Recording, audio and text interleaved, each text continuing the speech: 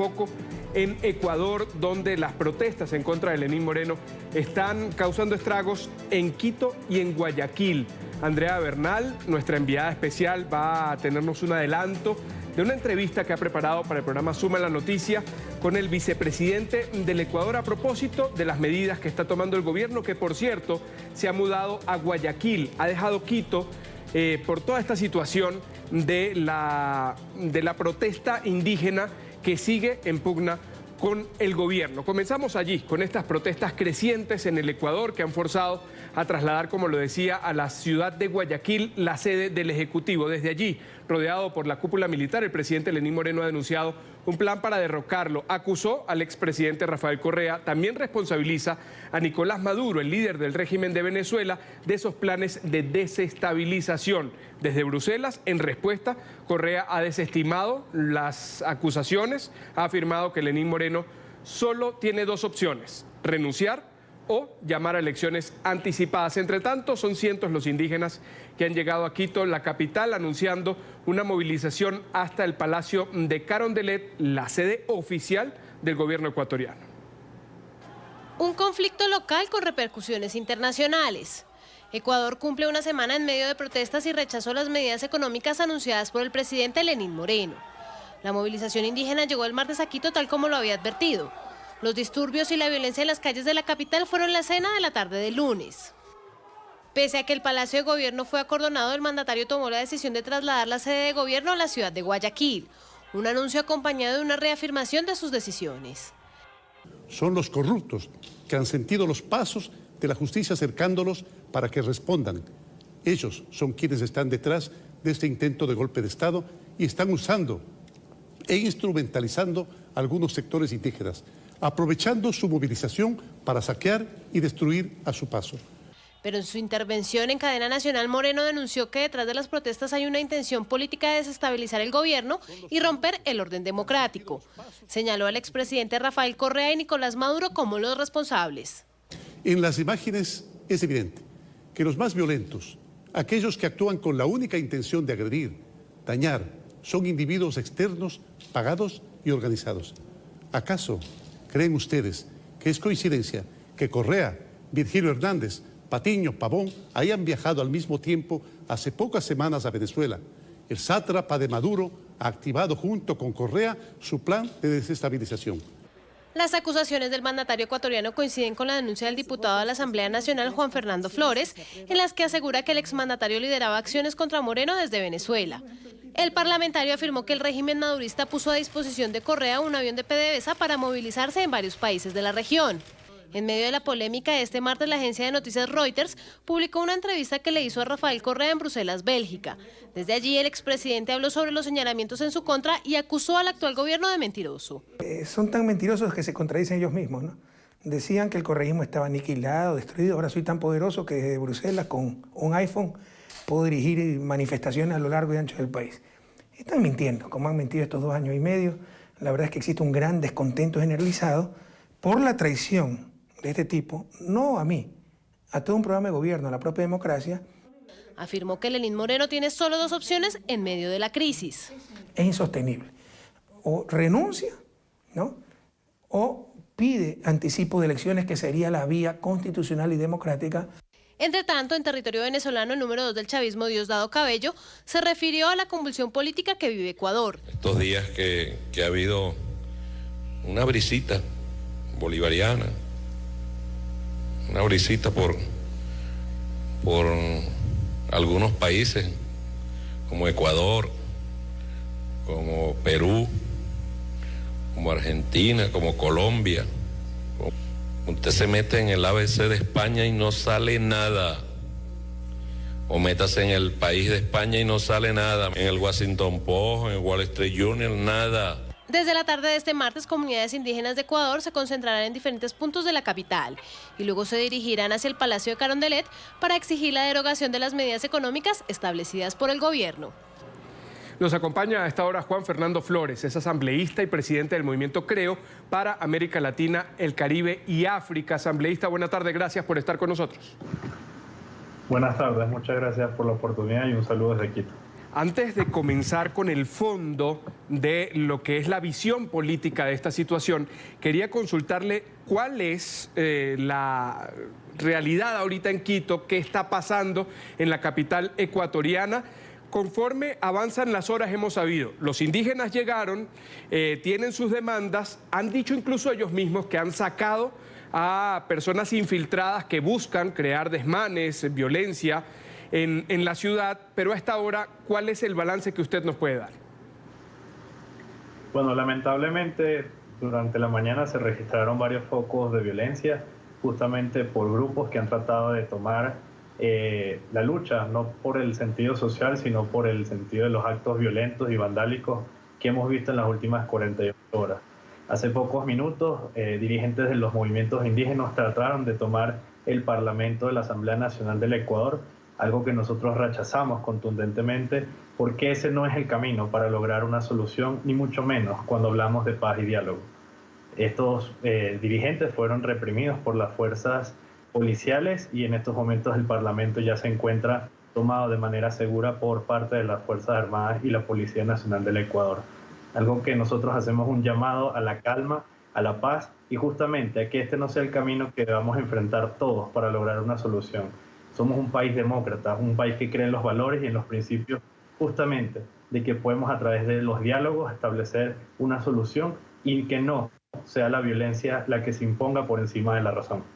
¿Quiénes son los violentos para Juan Fernando Flores? ¿Usted ha podido identificarlos? Nosotros hemos tenido, desde que iniciaron las protestas, un seguimiento a las diferentes movilizaciones en todo el país y hemos encontrado elementos que se juntan con las denuncias que ha presentado el gobierno nacional.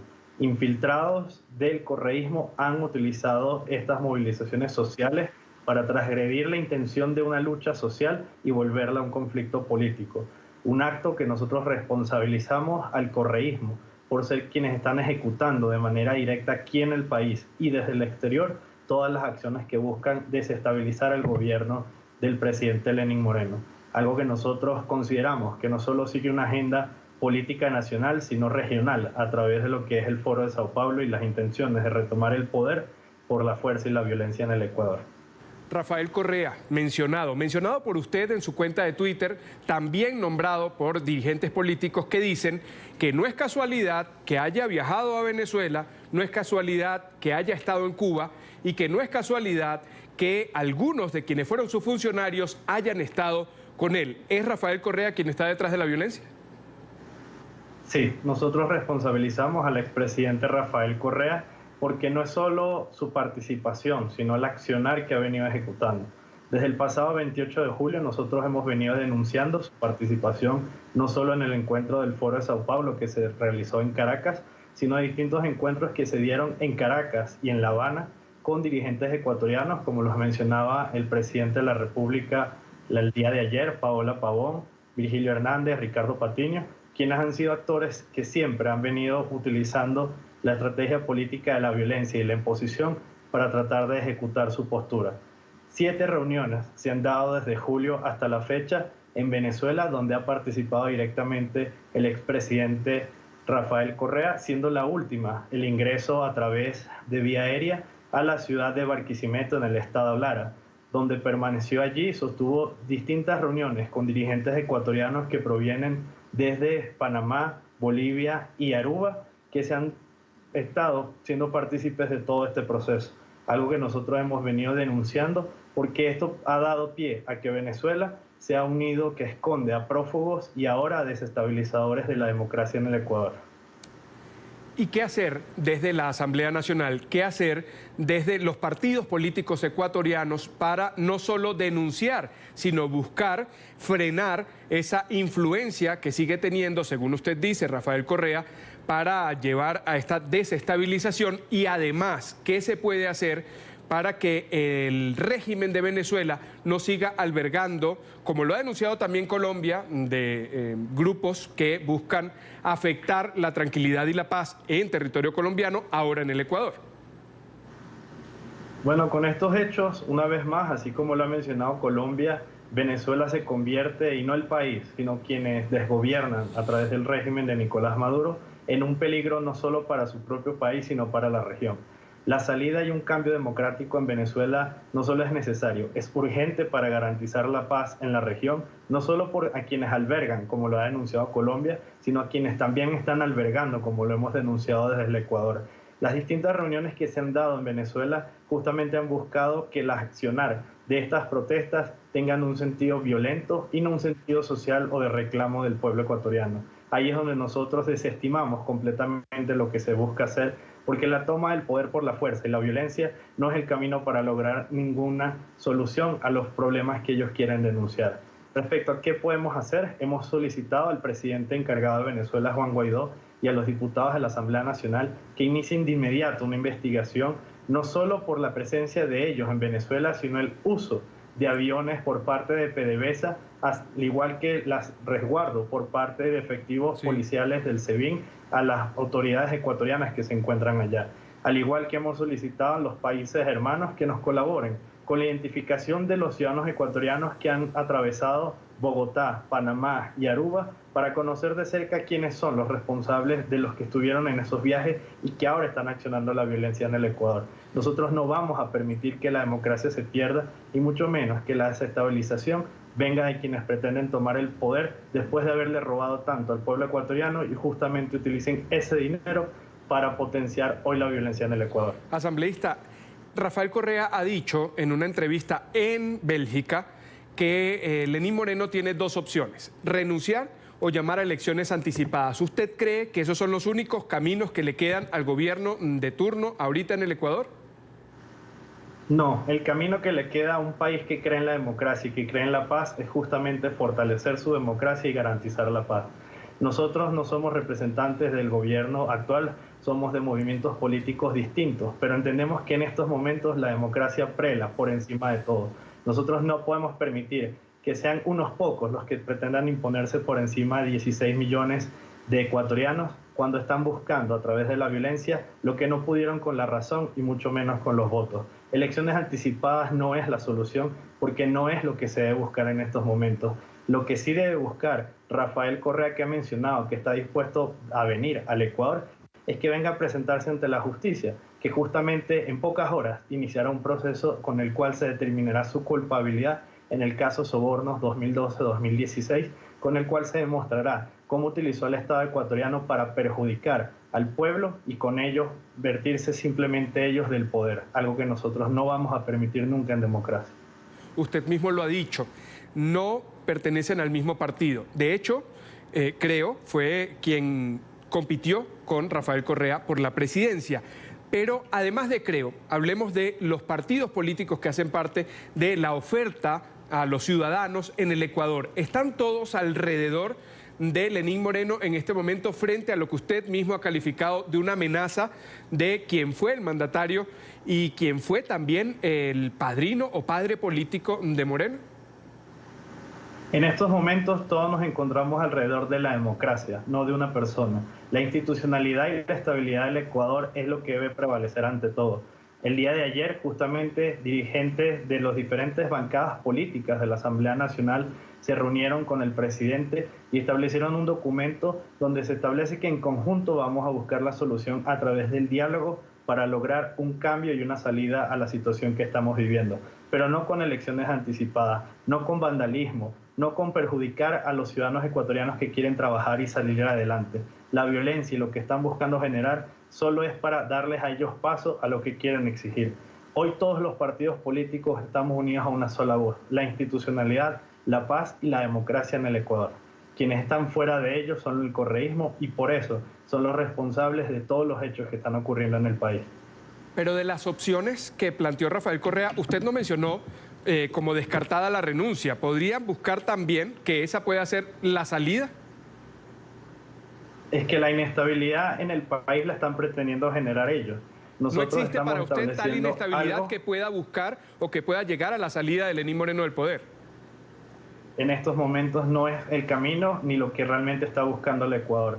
La solución que tenemos para el conflicto que se haya generado tras las medidas adoptadas es el diálogo y ese será el camino que se establecerá. Pero eso nos permitirá en paz resolver una solución. ¿Cómo califica usted esas medidas? Las medidas de nuestra postura son aceptables y adaptables a la realidad de un país que quiere salir adelante. Más de 40 años de subsidio ha tenido los combustibles y solo ha servido para el contrabando y el beneficio de unos pocos. Hay medidas que obviamente el modelo que tuvimos durante la última década robada, lo único que permitió es que el Ecuador no avance, y por eso hoy las medidas son más duras. Salir del modelo del socialismo del siglo XXI, en el cual sumergieron al Ecuador, así como lo han hecho con otros países de la región, no es fácil, pero estoy consciente y claro de que los ecuatorianos juntos saldremos adelante, de manera pacífica y no a través de la violencia como pretenden otros. ¿Usted cree que Lenín Moreno tiene un margen de negociación con quienes siguen en la calle reclamando? Y no me refiero a los vándalos, me refiero a quienes tienen una posición ya fijada, que han dicho queremos conversar, han dicho queremos llevar nuestras propuestas. ¿Cree que hay un margen en el que tanto el gobierno pueda mantener sus decisiones, pero llegar a consensuar con ellos? Existe siempre y cuando la voluntad de quienes están en la calle hoy sea el sentarse a debatir a través de un diálogo. Si eso no existe, sencillamente aquí lo que van a buscar es la imposición de una razón por encima de la violencia. Eso es lo que nosotros no podemos permitir. Por eso hemos hecho un llamado claro a que el debate, el diálogo tiene que darse en el Ecuador, que los sectores que están justamente en la calle y que mencionan que hay infiltrados los denuncien y los saquen de la protesta para que no se tergiverse su lucha. Si su lucha lo que busca alcanzar es una solución en el país, entonces busquemos la mesa correcta para sentarnos a definir cuál es esa solución y juntos poder establecer cómo el país puede salir adelante. Este es un país de muchas ideologías, de muchos pensamientos, de diversidad, pues esa es la democracia. Entonces, en una mesa, de manera pacífica, deberemos aplicarla y construirla de manera segura para todos.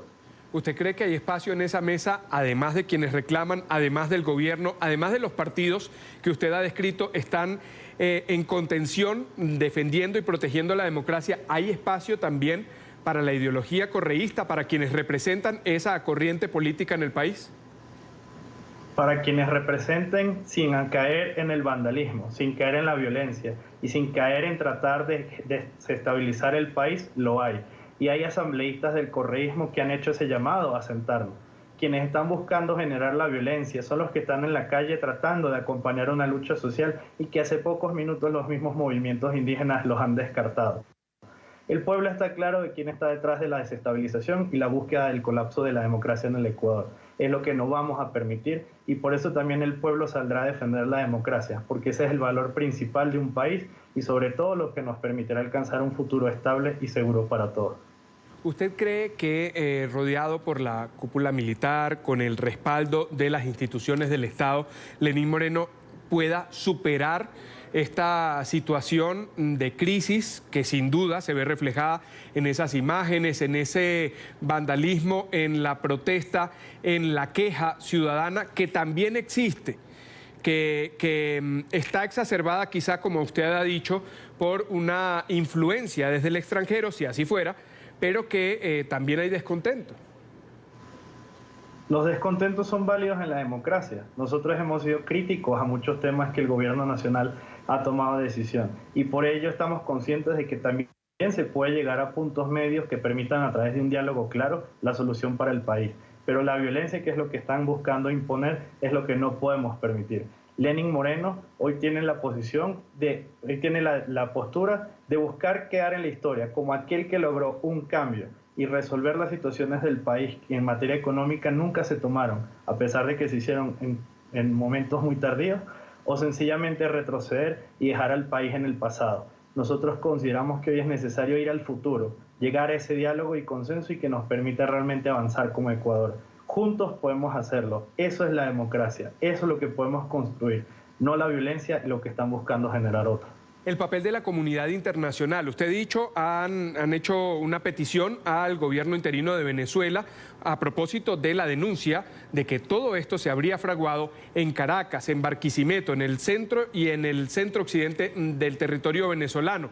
Pero los otros países de la región, ¿qué esperan ustedes como dirigentes políticos que ha dicho se han unido en torno a la defensa de la democracia y también a organismos como por ejemplo la OEA?